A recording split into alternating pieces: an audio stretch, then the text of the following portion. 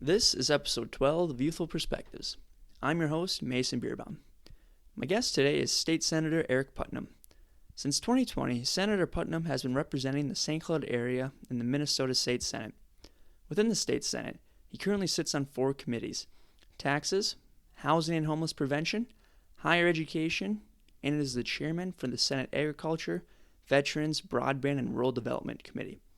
Outside of the state capitol, Senator Putnam is a professor at St. John's University, where he's been teaching rhetoric since 2003. During this time, he has written a book titled The Insistent Call: Rhetorical Moments in Black Anti-Colonialism.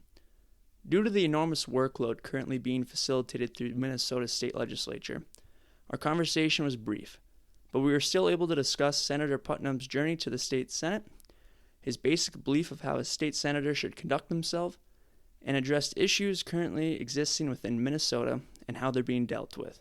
I always appreciate hearing Senator Putnam's perspective, and this time was no different. And now, here is State Senator Aric Putnam. Well, thank you, Senator Putnam, for scheduling me in today. I appreciate it. Before we get going, why don't you just do a quick overview of your background?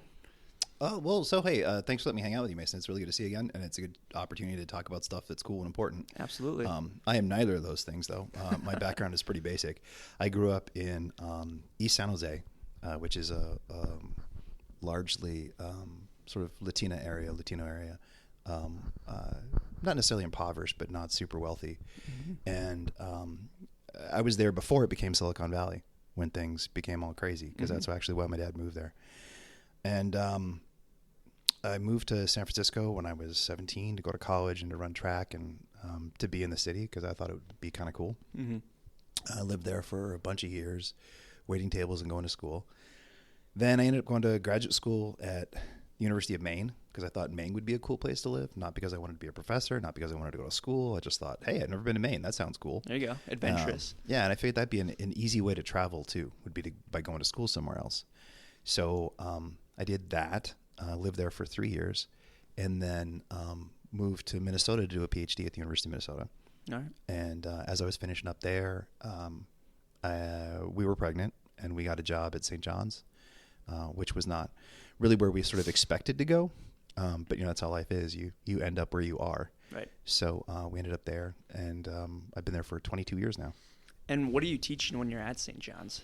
So I'm what's called a rhetorician. I teach about the history of public argument, which sounds kind of strange. So if you take an English department, a poli-sci department, a philosophy department, and a history department, I would fit right in the middle of all 4 of those things, but not perfectly in any of them. Right. The best of all worlds, though, when it comes That's to one that. way of putting it. I think it's pretty cool, but it is also a little bit strange. Yeah, I've heard friends of mine who have taken your courses, and they've seemed to enjoy it a lot. So it seems like you know what you're doing when it comes to that. Well, thanks. I appreciate that. I also think it's great that you have friends with low expectations.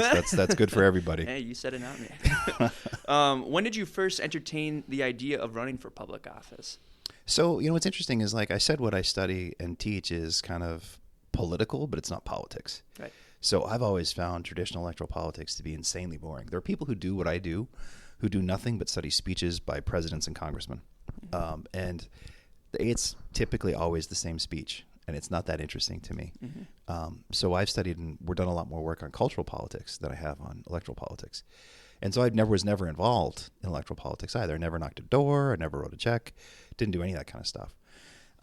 And then in 2016, in May of 2016, a friend of mine reached out to me out of the blue and said, dude, you should run for office. And I said, no, absolutely not. I have no interest. What a weird thing to ask of me.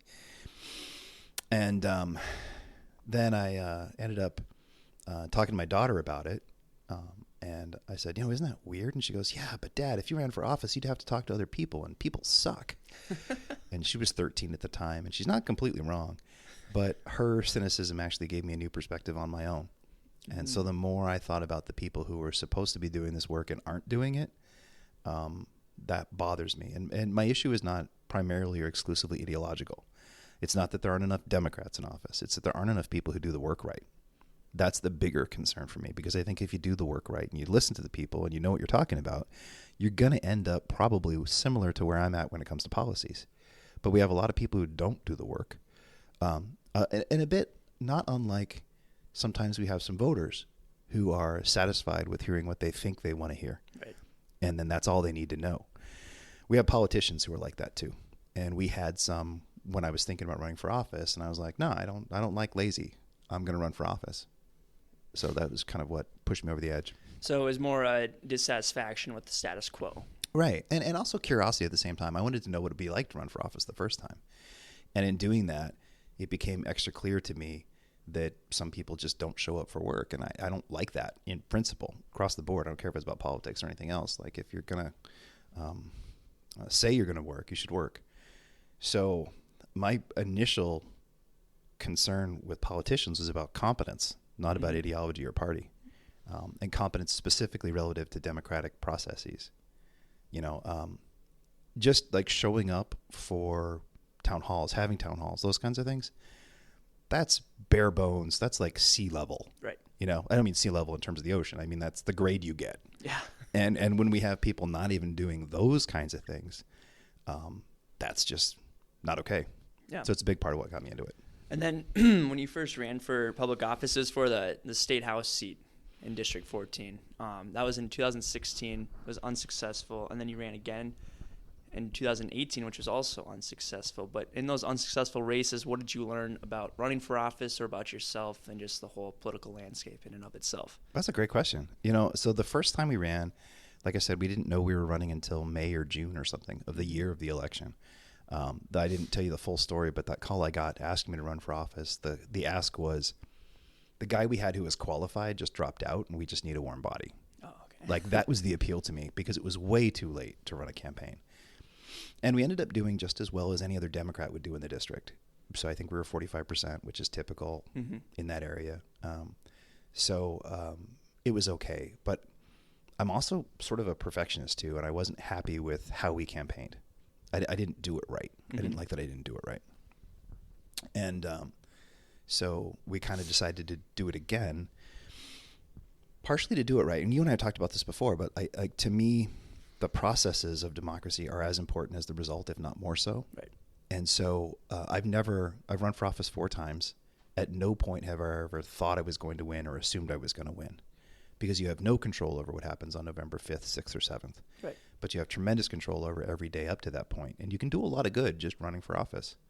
So that was part of what motivated me the second time to run for House, was that the process actually can be beneficial. And I wanted to do it better. Yeah. So it was just, like you said, that perfectionist aspect too, but then also just the good that can come out of it as well. A big part, especially in local politics, state races too, is door knocking. And I know when I worked in your campaign, that was one of, if not my favorite part of working on the campaign, was going up to people's houses and having conversations with them and trying to see where they're at. So how important do you think door knocking is in local elections, and could you describe your door knocking philosophy? It's super weird. I think it's changed in the last couple of years, actually. I think that weird little things like ring doorbells, like that's a new thing. Yeah.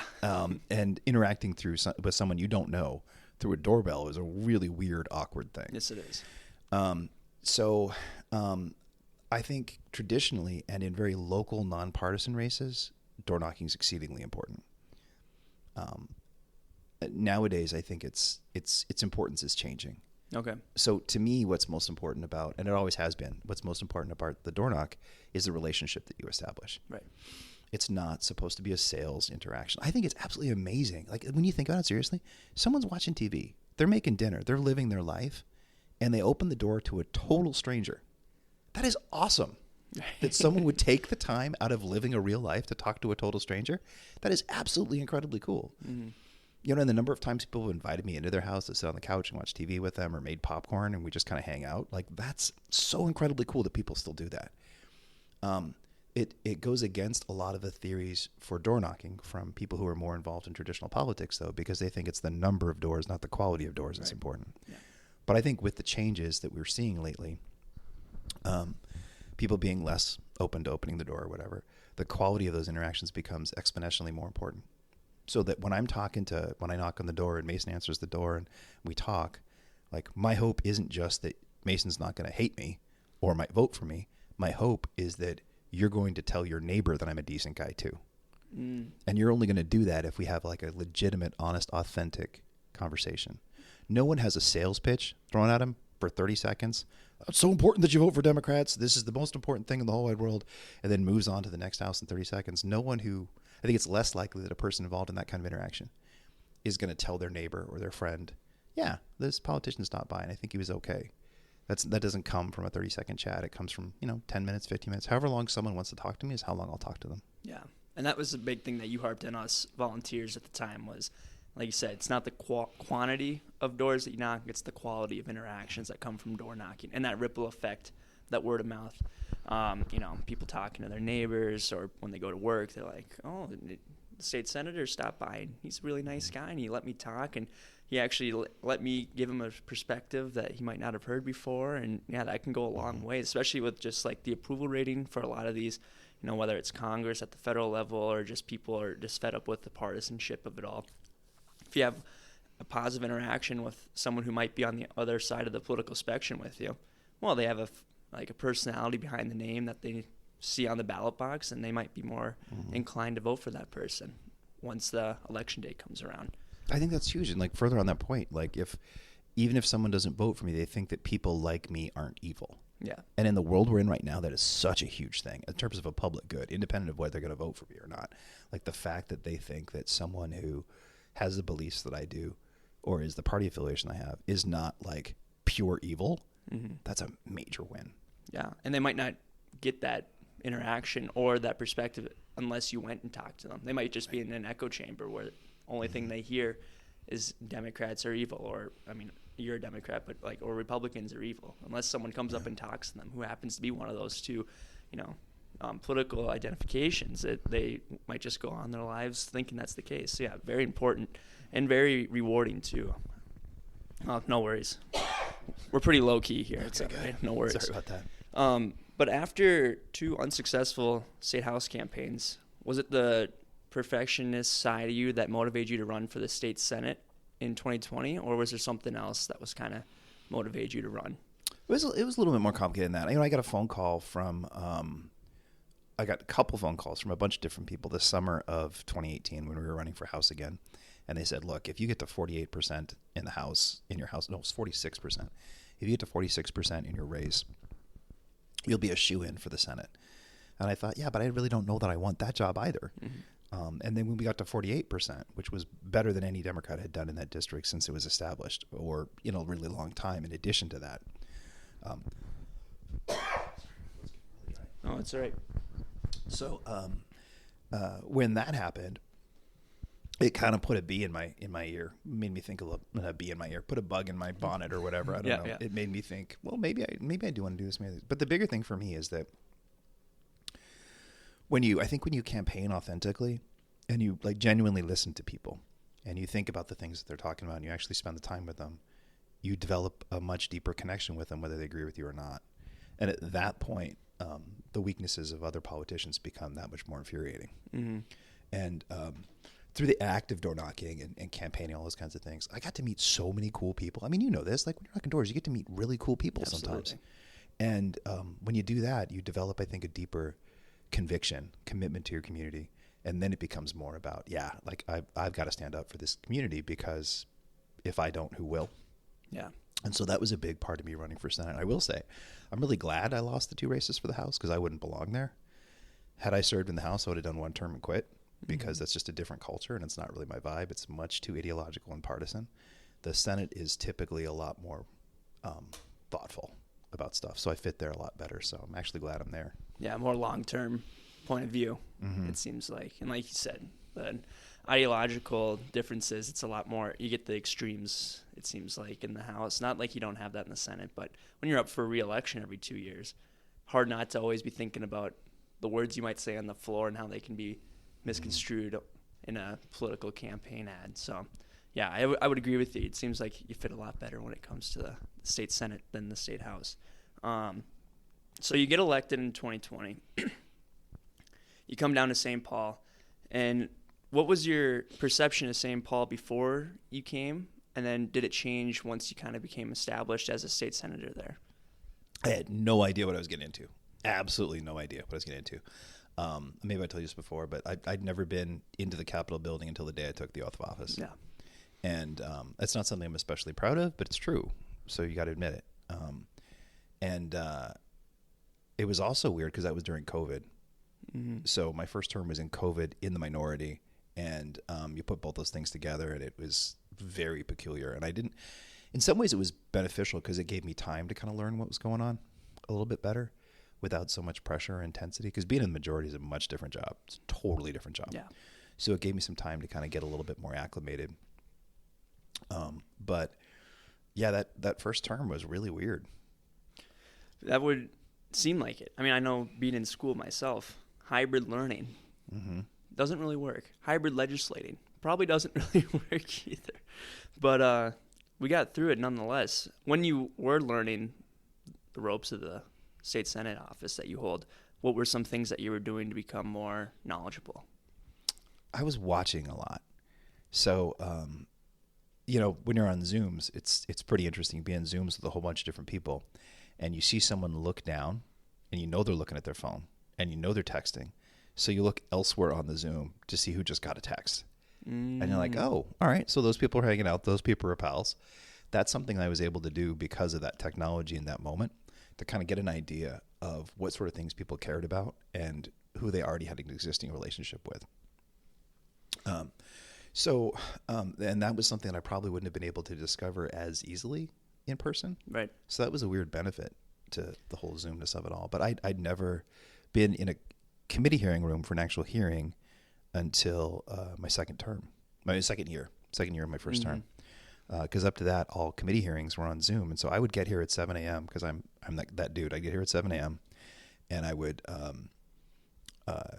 answer email, hop on a Zoom, do all this kind of stuff. I would not leave my office by and large until like 6 or 7 p.m. that night. And it was 4 days a week of that. Yeah. Because there was no place to go. And more often than not, I'd be the only one there, because a lot of wings are assigned by party, and a lot of the DFL legislators have homes to go to because they live in the cities. As being one of the few greater Minnesota representatives who's a Democrat, it was really just me hanging out in my office by myself doing stuff, which was weird. But again, it gave me time to kind of figure things out a little bit better. Yeah, I never really thought of that perspective when it comes to the Zooms, and just someone says something, someone reacts, and then you see who else is reacting. Yeah, they kind of sped up that learning curve, I would assume, because that's a very important thing that I know I witnessed having interned for your office last year. Is just the connections and like what people stand on certain issues and how that can make interesting bedfellows with other politicians or lobbyists, what it might be. It's very it's unique to witness the power of relationships when it comes to legislation and just in St. Paul in general and just state politics. But yeah, that's very observant observation from you when it comes to the Zoom and the connections and all of that. But when you come out of COVID and it starts to be more of a normal working environment, what would you say is a typical day looks like for you at the Capitol? So a lot of it has to do with me being a chair. So I'm a chair of a committee right now and in the majority, and that really overdetermines a lot of the work that I do and how I spend my days. Mm-hmm. So I'll meet with the Department of Agriculture a couple of times during the day, or now we have veterans as part of our jurisdiction too. Mm-hmm. So I'll meet with the National Guard or the Department of Veterans Affairs. So I talk with a lot of people who do the actual work. And this is really key to me too. Like a lot of politicians or people who are making policy will make policy and they'll say, okay, go do it. I don't think that works because I've never had their job. So you may recall this, like when we work with budgets and things for agriculture, when we're putting together our final bills and things like that. Like the department should be in the room with us, telling us if they can do what we're asking them to do, because they're the ones who actually do the work. So I spend a lot of time talking to other people in government who implement some of the decisions that we make in the legislature, because that's really important to me that they know how to do that work. But then we also spend a lot of time talking to constituents and such. So just right before you got here, there were 20 people from our community who are all builders who have concerns about some housing bills. It was really helpful for me to get their perspective on these things and talk to them a little bit. But what's really important is it doesn't mean that I just do what they tell me to do. Right. It's the same thing with lobbyists, same with the agencies. There needs to be some space between what I think and what they think, and that's probably what's a good idea. Mm-hmm. I don't know if you remember this from the Wellstone dinner, but I kind of yelled at everybody at that big meeting of Democrats. And I said, it's not about you. It's not about your values. It's not about me. It's not about my values. Mm-hmm. It's about whatever's in between those two things, because that's what democracy is. Yeah. Didn't you say it was always, if you have the left and the right equally mad at you, you're probably doing something right, sort of deal. If everyone's the same amount of mad at you, that's probably the right decision.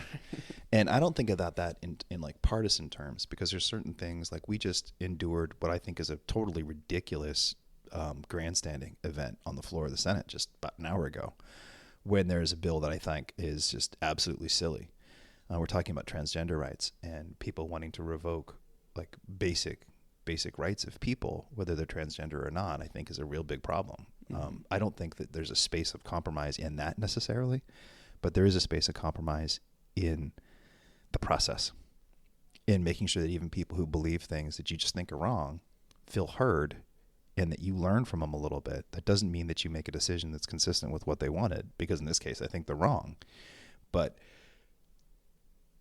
if you don't empower people to disagree with you, it turns into resentment and anger and rage, and it goes in all kinds of other different places. Mm-hmm. So you really got to actually sit down with people, and even the people you agree with too.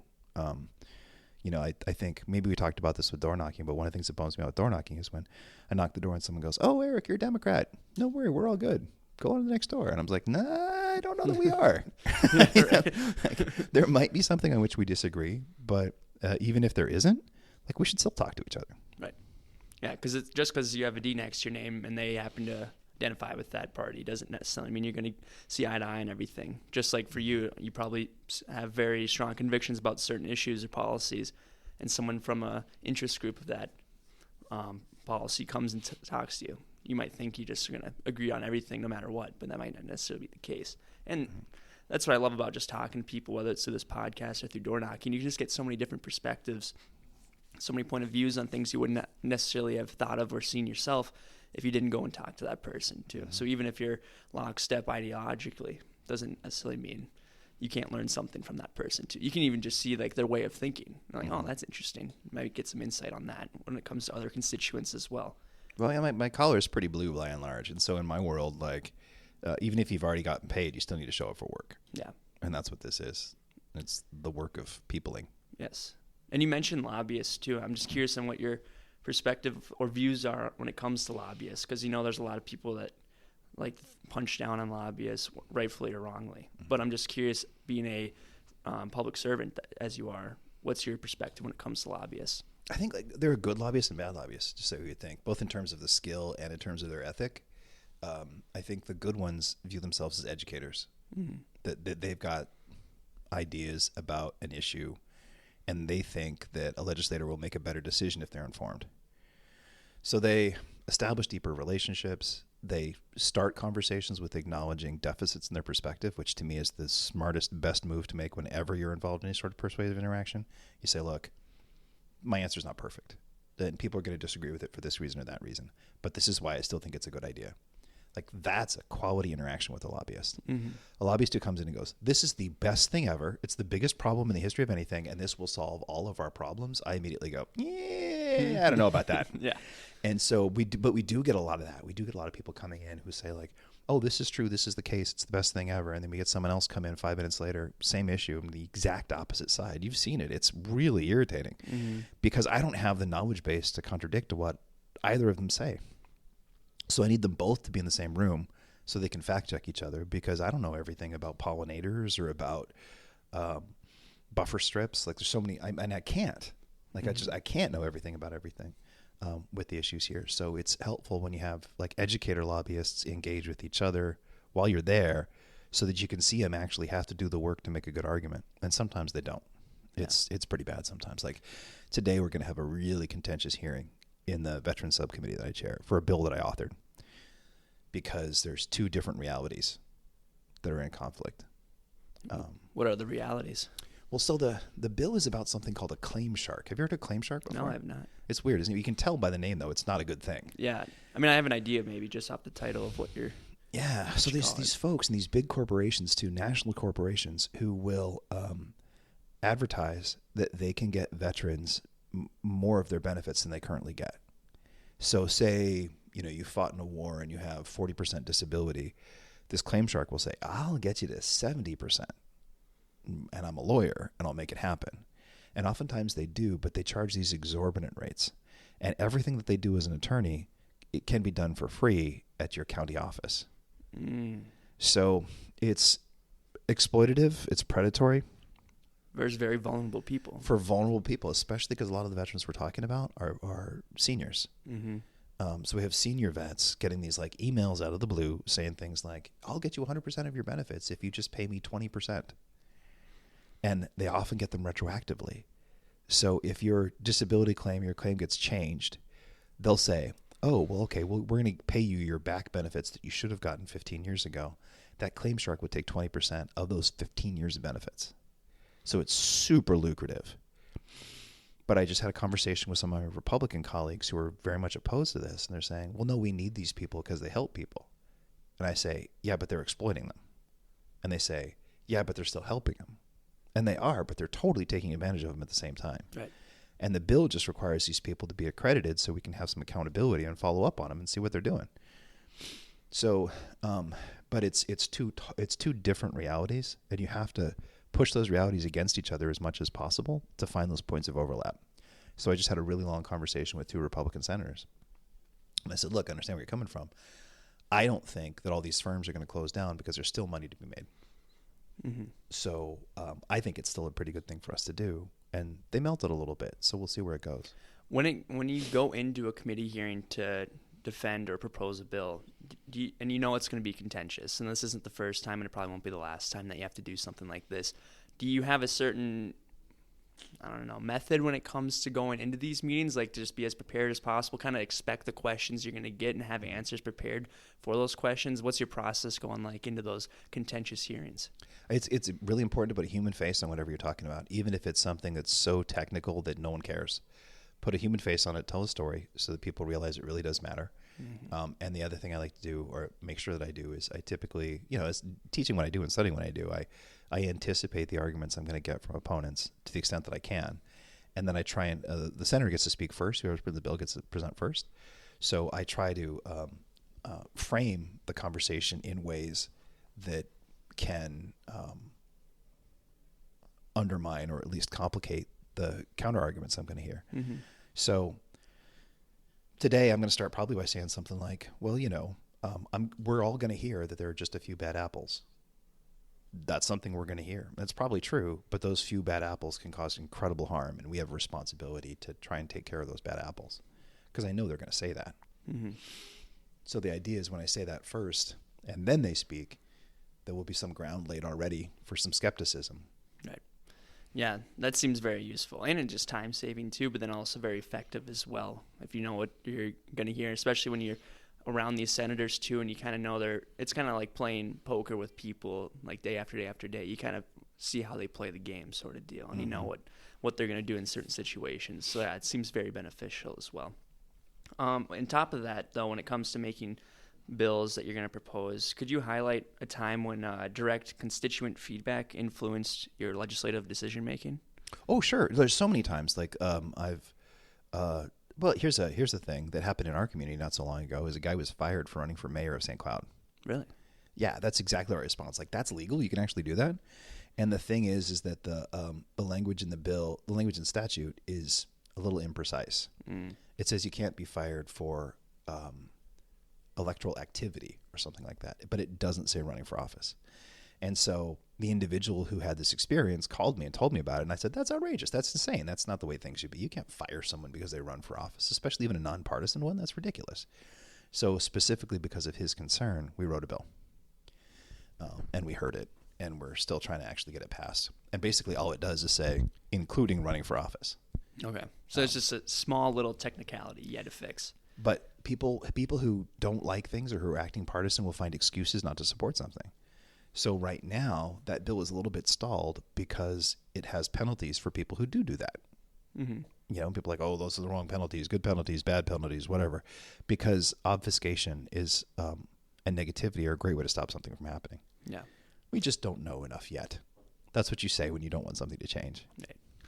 When you mentioned partisanship too, and I'm assuming it's been bad for the last I mean, it's always been an issue throughout the entire history of our nation, but it seems like, especially in the last 10 years, it's been very divisive, maybe even 15 years, you could argue. But do you have a certain way to navigate the partisanship within St. Paul to make sure you can still work across the aisle with certain people?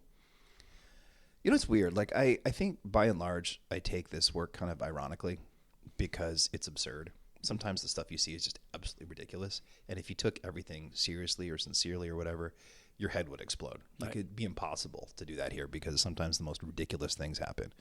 So I start with a base level of ridiculousness. And one of the things that I think is kind of funny, I mean, I guess it should make me mad, but it's kind of funny, is how often, I have great relationships with Republican lawmakers.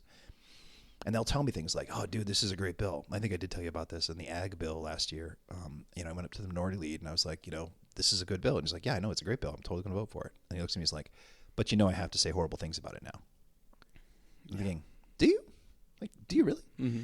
But it's like interpersonally, we all get along for the most part really well. But as soon as there's a microphone or a TV camera or a newspaper reporter, we revert to this incredibly simple-minded tribalism of there's nothing that people on the other side can say that I will ever listen to, and you're all horrible people. And then 5 minutes later, after you're done talking, you're like, hey, let's go get coffee. Right. So two-faced. Which I think is absolutely ridiculous, but I still almost think it's kind of funny sometimes. Right. It's so ridiculous. It's so obvious and it's so insane. But it's also so normal here. Yeah. Like perfectly reasonable, perfectly chill, cool people will get up and say the most ridiculous crap and hateful crap that I know they don't believe, but they'll say it anyway. Yeah. And they do it because they want to make people angry because they think angry is the path to being reelected. And that's the only kind of passion they can inspire. And I don't think that that's the way things ought to be because it amuses me here locally, but it amuses me here in St. Paul, but it bothers me in St. Cloud. Yeah. I know it's anger is like one of the easiest reactions to motivate someone to go to the polls, but it's certainly not the most helpful one. That's why I admire people like RFK Sr. And he was just so big on just uplifting those who just didn't have a voice. Right. Whether it was people in Delano, Mississippi Delta, the Bronx, whatever it was. Uplift those people that didn't have a voice. So much harder to do, but so much more beneficial if you're able to do it effectively. Do you have a solution that you would propose to your colleagues on how you can get rid of this partisanship? I've tried it in my own caucus, and it has worked a little bit, but not very much. Because you'll see, especially after this past election, and you probably had conversations like this too. Oh, Kamala lost, or Democrats got spanked because they weren't aggressively far left enough. Yeah. Or because they weren't conceding and moderate enough. Neither of those is right. I think they're both poor diagnosis of the actual electorate. It's because we didn't actually listen to people. And you can listen to people on the far left or on the middle or on the far right. It's that we screwed up the process. It's not that we didn't have the right values, the right argument. And I see this happen in Minnesota. I was alluding to earlier the fact that I'm one of the few quasi-rural Democrats. Mm-hmm. I totally understand why that's happened. 10 years ago, there were 18 Senate Democrats from rural districts. Now, at best, there's 3 or 4, and I'm one of them, and St. Cloud is not rural. No. So it's because we haven't been listening to people, because we have been complacent, 100%. It's because we were satisfied to do things for people instead of with them. And no one's going to vote for you. No one's going to knock doors for you. No one's going to care about your campaign or participate in the change that you want. If you show up to them and say, here's my resume. Look at all the stuff I did for you. You should be really grateful. Right. That doesn't work. And I have colleagues who act that way. I have colleagues who've said, we need to stop listening to our communities and just do what's right. And no, that's not democracy. Mm-hmm. And maybe you saw at the end of last session when there was a press conference at 2:30 in the morning after things went off the rails. And it was Melissa Hortman and Aaron Murphy. And I love Melissa Hortman. She's incredibly good at what she does. She's super smart and really, really tough. But I fundamentally disagreed with her when she said, we have more votes. We get to do what we want. That's not the way this is supposed to work. And she said that at 2:30 in the morning after we just sort of pushed through a whole bunch of stuff. And I'm like, no, that's not how this is supposed to work. It's not how it has to work. Not only is that not how it's supposed to work, when you're in the minority and the majority has that same sentiment, watch out. Is that Right. You think they're going to do the same exact thing? They're going to use your words against you, basically. And that is, yeah. I mean, and that's look at the federal level right now, which is a whole other issue in and of itself. But I mean, when Democrats are in the minority in all three of the spots, it's like, what can you do except just sit there and kind of take it right now?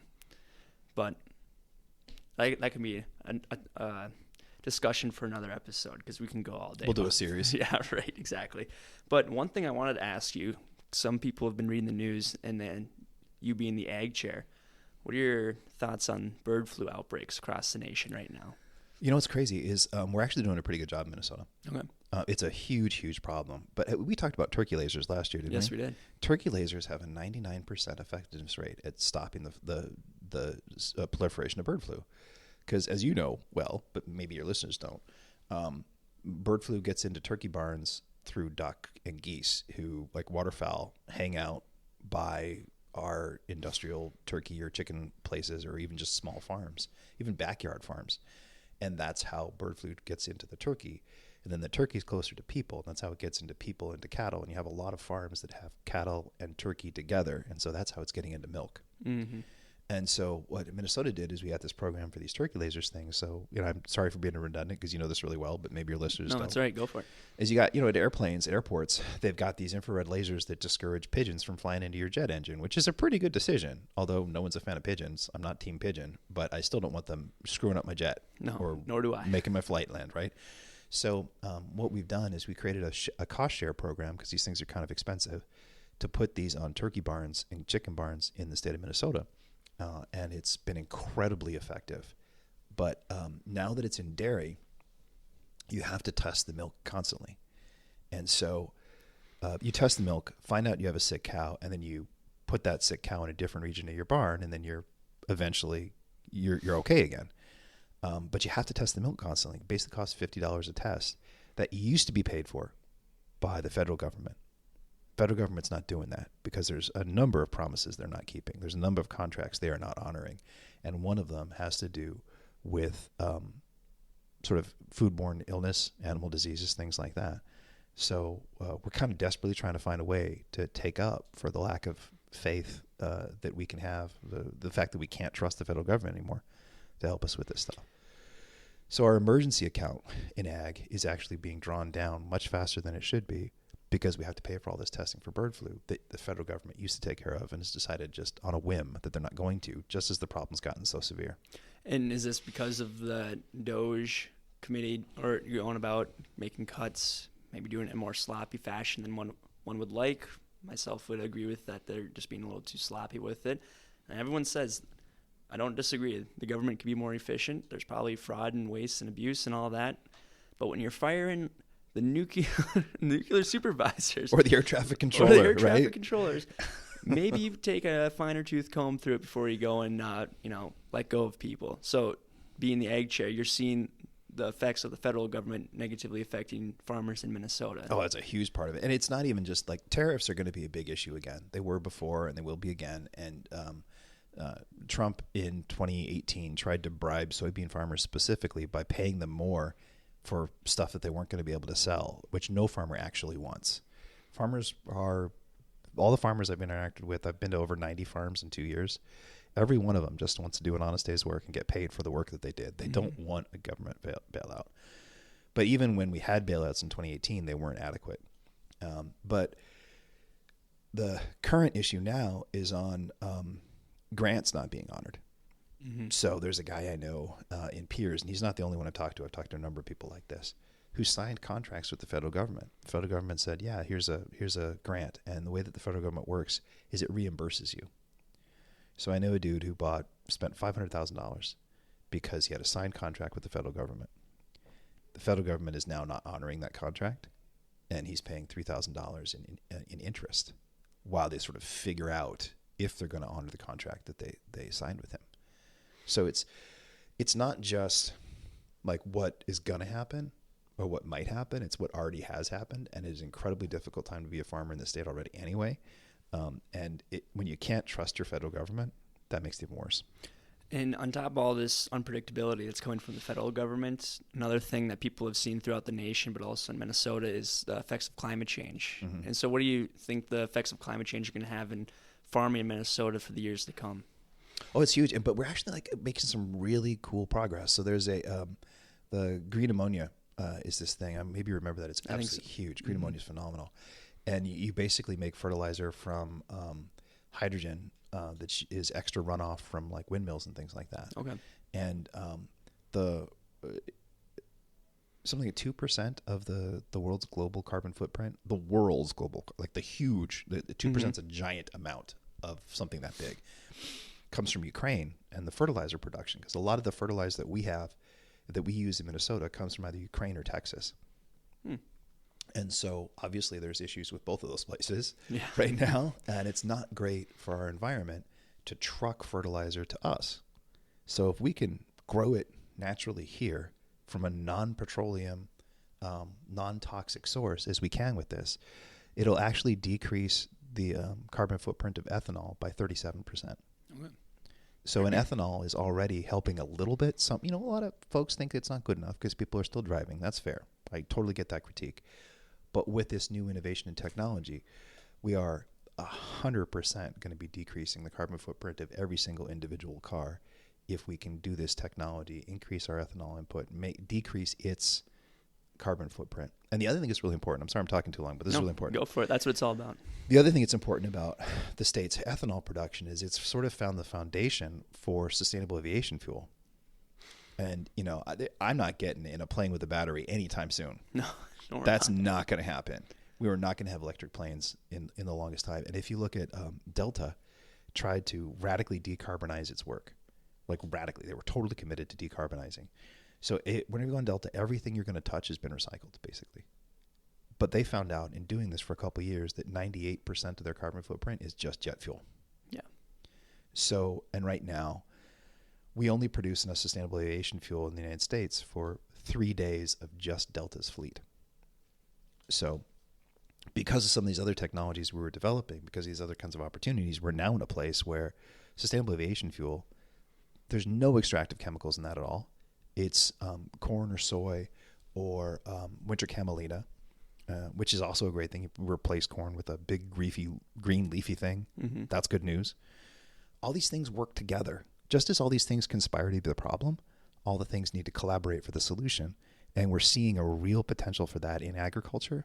And it's really exciting because it means that like Minnesota can be the kind of Silicon Valley of green, sustainable energy and agriculture. So it's super cool, actually. I know I sound like I'm being a nerd, kind of like geeking out about it, but it's incredibly cool what can be happening right now. Yeah, so you're a lot more optimistic than pessimistic about the future. I mean, you're throwing around the Silicon Valley of renewable agricultural, products. That's pretty cool to hear, especially from someone who has credibility with the position you hold. Well, there's like amazing things happening. I was really annoyed last session when I was in a hearing, and one of my Democratic colleagues said, "Oh, farmers haven't done anything to decrease their fertilizer use or to change their practices in the last 30 years." Nothing could be more completely ignorant than a statement like that. And there's so many cool things happening here. But the other cool thing is I'm optimistic, but I'm also a realist. I understand that we're not going to solve any of these problems, but we're working really well to help. And I know I said I was a bit of a perfectionist earlier, but like not in terms of like that's only on me. That's not on the world. Yeah. Like the world's never going to be perfect. We're not going to solve this problem or that problem. But I do think that we have enough people with good faith and good minds working on a lot of these issues that we have to help them collaborate to actually get close to solving them, even though they won't. Yeah. So there's a lot of opportunities that are coming down the pipeline. Right. Oh, that's good to hear. Absolutely. On top of agriculture, you're part of other committees too. Is there any other work that you're really excited about that you're currently working on? So I'm on the housing committee for the first time ever, and that's really interesting, but I'm still kind of figuring out what's going on there. Mm-hmm. There are a couple other local projects that are really important to me that have to do with kind of social services and things like that. So we're working on a lot of that stuff too. But it does, like, you really do kind of get stuck in the areas that you're responsible for in a good way. Mm-hmm. So like a lot of the stuff I'm working on is ag and climate related because of my job as the chair of that committee. But there's other things like we're tomorrow I get to present a bill about preschool. So our local Rotary Club teamed up with our public school system to create their very own preschool. And it's, there's over 200 kids every single year who are on the wait list to go to preschool in St. Cloud alone, which is absurd, especially when you think of how many people don't even know it's a possibility. Right. But the public schools don't have the resources to do it, so the Rotary Club stepped up to do that like 2 years ago. And so tomorrow I'm going to try to get them resources to subsidize and support that collaboration, not to take it over, because the whole point behind it is that people are working together to solve a problem. So we have Rotary and the school district working together. That's awesome. I think the state has a responsibility to facilitate that kind of interaction, like to help people work together a little bit better and make sustainable the stuff that they do. So that's a big thing that I get to do tomorrow that I'm pretty excited about. So it's cool. You're not necessarily, like you said, you're not taking over, but you're more assisting. Right. Keeping the ball moving forward in the direction that it's going. I think that's what government's supposed to do. Yeah. It's supposed to help us do the things that we can't do by ourselves. And one of those things is helping us to work together. Yeah, absolutely. I know we are running up a little bit short on time here. Senator Putnam's got to go to a rally to speak at. But before we go, I like to end on a little positive note. With the times that we're in right now, people are a little bit more pessimistic about the outlook of the future of this country, or maybe necessarily the state, and just the world in general. In your opinion, what gives you hope for the future? I love that question. And it's such a hard one. It's such a hard one. And I think of things that make me feel like the future is promising, and it's the people who are going to do the work to make it that way. So like when there's two things. Like when I'm talking to somebody and I see them change their mind a little bit, that gives me hope. Like when like I was telling you before about the veterans issue, and I was talking to these two GOP senators, and when we actually talked it out, I could tell at the end of the conversation they felt differently than they did before. I guess change gives me hope. That's a simple answer. Change gives me hope. When people are isolated and they come together, that gives me hope, because that's change. When people realize that the way they were viewing the world before is not healthy or productive for other people, that gives me hope. So it's change, which isn't always good, always has the opportunity for good. And that gives me hope. So as Sam Cooke once said, change is going to come. One of our favorites. The absolute best. Well, thank you, Senator, for giving me the time. I do appreciate it. Thanks, dude. Great to see you. Thank you for listening to Youthful Perspectives. When it comes to the items we discussed, I am struck by 3 topics in particular. First, as Senator Putnam stated, if you authentically campaign, genuinely listen to people, and think about what they've told you, not only can you run an effective campaign, but you can effectively address the issues those people are facing. Some politicians like the sound of their voice more than they should. But if they learn to talk less and listen more, we as a society could take a meaningful step in the right direction. Second, I find it fascinating how Senator Putnam utilizes his professional rhetorical background to enhance his lawmaking abilities. By understanding the art of persuasion and anticipating the arguments he's likely to face, Senator Putnam can convince those that are skeptical and educate those that are uninformed about issues and policies he believes are important to his constituents and Minnesota. Finally, Senator Putnam's belief that every time he sees change, whether it be through conduct, perspectives, or ideas, he witnesses hope. Now more than ever, we must be willing to engage with those who view things differently from us, no matter the issue, no matter the circumstance. Echo chambers that reinforce the ideas we already hold will not solve the division we currently experience. They will only reinforce it. Just because you hear an opinion you disagree with doesn't mean you have to endorse it. Instead, engage with that individual's opinion with a sense of curiosity, empathy, and decency. You may come to find you have more in common with that person than you'd initially think, but only if you're willing to engage with them. And in doing so, we become one step closer to achieving the change we want to see in this world. I'll close by reinstating what Sam Cooke optimistically stated. It's been a long time coming, but I know a change gonna come. Oh yes, it will. This is Mason Beerbaum, signing off.